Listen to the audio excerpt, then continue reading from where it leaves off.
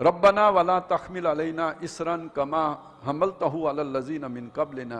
اے ہمارے رب ہم پر وہ بوجھ نہ ڈالنا جیسا کہ بوجھ تو نے ڈالا تھا ان لوگوں پر جو ہم سے پہلے گزرے ہیں۔ کون سا بوجھ؟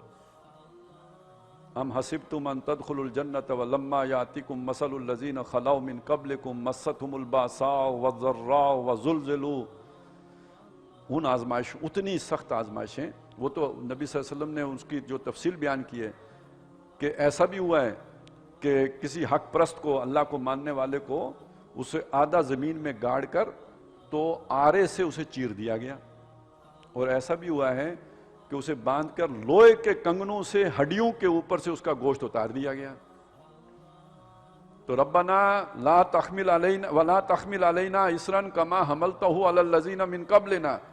ربنا ولا تحملنا ما لا طاقت لنا بہ، اے ہمارے رب ہمیں وہ وزن نہ اٹھوا دیجیے جو ہم اٹھانے کی سکت ہی نہ رکھتے ہوں، جس کے نیچے ہی ہم دب جائیں، ایسی بھاری ذمہ داری ہم پر نہ عائد کریں۔ اچھا، یہ بھی ایک چیز کی اہلیت نہیں ہے،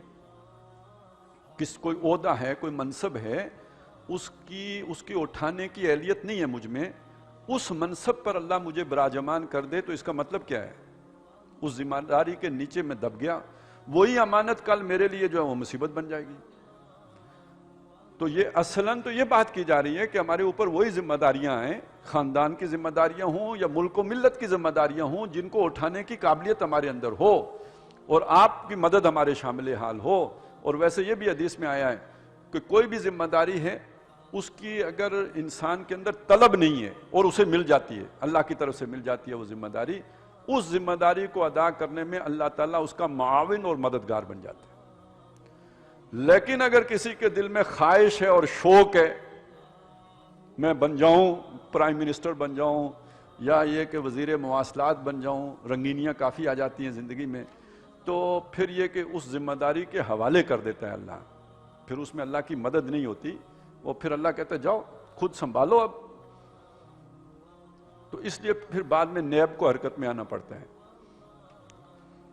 وَلَا تُحَمِّلْنَا مَا لَا طَاقَتَ لَنَا بِهِ، ہمارے اوپر وہ وزن نہ لاد دیجیے کہ جس کو اٹھانے کی ہم سکت نہ رکھتے ہوں۔ وَاعْفُ عَنَّا، ہمیں معاف کر دیں، وَاغْفِرْ لَنَا، ہم کو بخش دیں،